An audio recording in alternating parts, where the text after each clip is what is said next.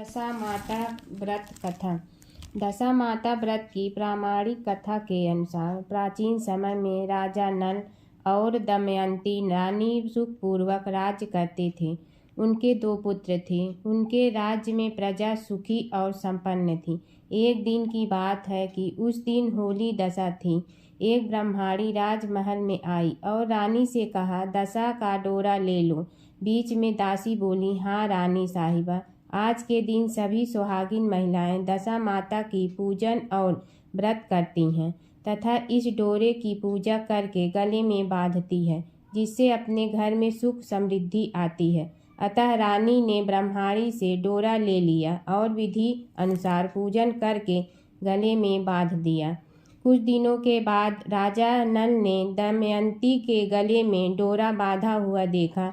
राजा ने पूछा, इतने सोने के गहने पहनने के बाद भी आपने यह डोरा क्यों पहना? रानी कुछ कहती इसके पहले ही राजा ने डोरे को तोड़कर जमीन पर फेंक दिया। रानी ने उस डोरे को जमीन से उठा लिया और राजा से कहा, यह तो 10 माता का डोरा है। आपने उनका अपमान करके अच्छा नहीं किया। जब रात्रि में राजा सो रहे थे तब दशा माता स्वप्न में बुढ़िया के रूप में आई और राजा से कहा, हे राजा, तेरी अच्छी दशा जा रही है और बुरी दशा आ रही है। तूने मेरा अपमान करने अच्छा नहीं किया। ऐसा कहकर बुढ़िया दशा माता अंतर्ध्यान हो गई। अब जैसे तैसे दिन बीतते गए। वैसे वैसे कुछ ही दिनों में राजा के ठाट बाट, हाथी घोड़े, लाव लश्कर, धन धान, सुख शांति सब कुछ नष्ट होने लगे। अब तो भूखे मरने का समय तक आ गया। एक दिन राजा ने दमयंती से कहा, तुम अपने दोनों बच्चों को लेकर अपने मायके चली जाओ।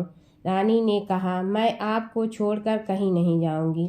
जिस प्रकार आप रहेंगे उसी प्रकार मैं भी आपके साथ रहूंगी।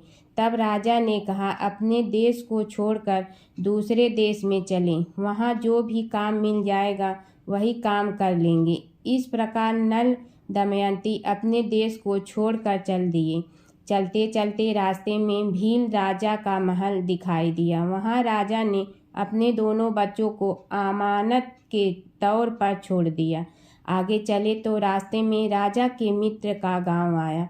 राजा ने रानी से कहा, चलो हमारे मित्र के घर चलें।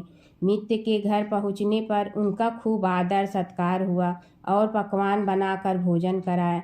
मित्र ने अपने शयन कक्ष में सुलाया। उसी कमरे में मोर की आकृति की खूंटी पर मित्र की पत्नी का हीरो जड़ा कीमती हार टंगा था। मध्य रात्रि में रानी की नींद खुली तो उन्होंने देखा कि वह बेजान खूंटी हार को निगल रही है। यह देखकर रानी ने तुरंत राजा को जगा कर दिखाया और दोनों ने विचार किया कि सुबह होने पर मित्र के पूछने पर क्या जवाब देंगे। अतः यहाँ से इसी समय चले जाना चाहिए। राजा रानी दोनों रात्रि को ही वहाँ से चल दिए। सुबह होने पर मित्र की पत्नी ने खूंटी पर अपना हार देखा। हार वहाँ नहीं था। तब उसने अपने पति से कहा, तुम्हारे मित्र कैसे हैं जो मेरा हार चुरा कर रात्रि में ही भाग गए हैं? मित्र ने अपनी पत्नी को समझाया कि मेरा मित्र कदापि ऐसा नहीं कर सकता। धीरज रखो, कृपया उसे चोर मत कहो। आगे चलने पर राजा नल की बहन का गांव आया। राजा ने बहन के घर खबर पहुंचाई कि तुम्हारे भाई भौजाई आए हुए हैं। खबर देने वाले से बहन ने पूछा, उनके हाल चाल कैसे हैं? वह बोला, दोनों अकेले हैं, पैदल ही आए हैं तथा वे दुखी हाल में हैं। इतनी बात सुनकर बहन थाली में कादा रोटी रखकर भैया भाभी से मिलने आई। राजा ने तो अपने हिस्से का खा लिया, परंतु रानी ने जमीन में गाड़ दिया। चलते चलते एक नदी मिली। राजा ने नदी में से मछलियाँ निकालकर रानी से कहा, तुम इन मछलियों को भूजा, मैं गांव में से परोसा लेकर आता हूँ। गांव का नगर सेठ सभी लोगों को भोजन करा रहा था।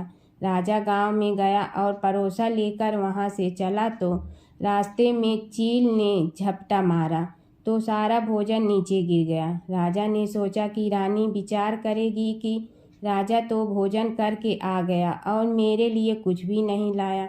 उधर रानी मछलियाँ भूजने लगी तो दुर्भाग्य से सभी मछलियाँ जीवित होकर नदी में चली गईं। रानी उदास होकर सोचने लगी कि राजा पूछेंगे और सोचेंगे कि सारी मछलियाँ खुद खा गई। जब राजा आए तो मन ही मन समझ गए और वहाँ से आगे चल दिए। चलते चलते रानी की मायके का गांव आया। राजा ने कहा, तुम अपने मायके चली जाओ, वहाँ दासी का कोई भी काम कर लेना, मैं इसी गांव में कहीं नौकर हो जाऊंगा। इस प्रकार रानी महल में दासी का काम करने लगी और राजा तेली के खाने पर काम करने लगा। दोनों को काम करते बहुत दिन हो गए। जब होली दशा का दिन आया तब सभी रानियों ने सिर धोकर स्नान किया। दासी ने भी स्नान किया। दासी ने रानियों का सिर गूथा तो राजमाता ने कहा, मैं भी तेरा सिर गूथ दूं। ऐसा कहकर राजमाता जब दासी का सिर गूथ ही रही थी तब उन्होंने दासी के सिर में पद्म देखा। यह देखकर राजमाता की आंखें भर आई और उनकी आंखों से आंसू की बूंदें गिरी। आंसू जब दासी की पीठ पर गिरे तो दासी ने पूछा, आप क्यों रो रही हो? राजमाता ने कहा, तेरे जैसी मेरी भी बेटी है, जिसके सिर में भी पद्म था, तेरे सिर में भी पद्म है। यह देखकर मुझे उसकी याद आई गई। तब दासी ने कहा, मैं ही आपकी बेटी हूँ। दशा माता के कोप से मेरे बुरे दिन चल रहे हैं, इसलिए यहाँ चली आई। माता ने कहा, बेटी तूने यह बात हमसे क्यों छिपाई? दासी ने कहा, माँ, मैं सब कुछ बता देती तो मेरे बुरे दिन नहीं कटते। आज मैं दशा माता का व्रत करूँगी तथा उनसे गलती की क्षमा याचना करूँगी। अब तो राजमाता ने बेटी से पूछा, हमारे जमाई राजा कहाँ हैं? बेटी बोली, वे इसी गांव में किसी तेली के घर काम कर रहे हैं। अब गांव में उनकी खोज कराई गई और उन्हें महल में लेकर आए। जमाई राजा को स्नान कराया, नए वस्त्र पहनाए और पकवान बनवाकर उन्हें भोजन कराया। अब दशा माता के आशीर्वाद से राजा नल और दमयंती के अच्छे दिन लौट आए। कुछ दिन वहीं बिताने के बाद अपने राज्य जाने को कहा। दमयंती के पिता ने खूब सारा धन, लाव, लश्कर, हाथी, घोड़े आदि देकर बेटी जमाई को विदा किया। रास्ते में वही जगह आई जहाँ रानी ने मछलियों को भुना था और राजा के हाथ से चील के झपटा मारने से भोजन जमीन पर आ गिरा था। तब राजा ने कहा, तुमने सोचा होगा कि मैंने अकेले भोजन कर लिया होगा, परंतु चील ने झपटा मार कर गिरा दिया था। अब रानी ने कहा, आपने सोचा होगा कि मैंने मछलियाँ भून कर अकेले खा ली होगी, परंतु वे तो जीवित होकर नदी में चली गई थी। चलते चलते अब राजा की बहन का गांव आया। राजा ने बहन के यहाँ खबर भेजी। खबर देने वाले से पूछा कि उनके हाल चाल कैसे हैं। उसने बताया कि वे बहुत अच्छी दशा में हैं, उनके साथ हाथी, घोड़े, लाव, लश्कर हैं। यह सुनकर राजा की बहन मोतियों की थाल सजा कर लाई। तभी दमयंती ने धरती माता से प्रार्थना की और कहा, माँ, आज मेरी अमानत मुझे वापस दे दो। यह कहकर उस जगह को खोदा जहाँ कादा रोटी गाड़ दिया था। खोदने पर रोटी तो सोने की और कांदा चांदी का हो गया। ये दोनों चीज़ें बहन की थाली में डाल दी और आगे चलने की तैयारी करने लगी। वहाँ से चलकर राजा अपने मित्र के घर पहुँचे। मित्र ने उनका पहले के समान ही खूब आदर सत्कार और सम्मान किया। रात विश्राम के लिए उन्हें उसी शयन कक्ष में सुलाया।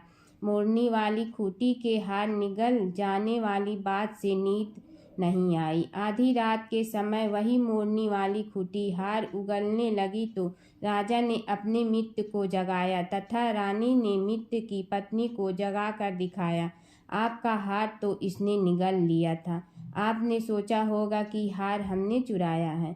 दूसरे दिन प्रातःकाल नित्य कर्म से निपट कर वहाँ से वे चल दिए। वे भील राजा के यहाँ पहुँचे और अपने पुत्रों को मांगा तो भील राजा ने देने से मना कर दिया। गांव के लोगों ने उन बच्चों को वापस दिलाया। नल दमयंती अपने बच्चों को लेकर अपनी राजधानी के निकट पहुँचे तो नगरवासियों ने लाव लश्कर के साथ उन्हें आते हुए देखा। सभी ने बहुत प्रसन्न होकर उनका स्वागत किया तथा गाजे बाजे के साथ उन्हें महल पहुँचाया। राजा का पहले जैसा ठाट बाट हो गया। राजा नल दमयंती पर दशा माता ने पहले कोप किया, ऐसी किसी पर मत करना, और बाद में जैसी कृपा करी वैसी सब पर करना।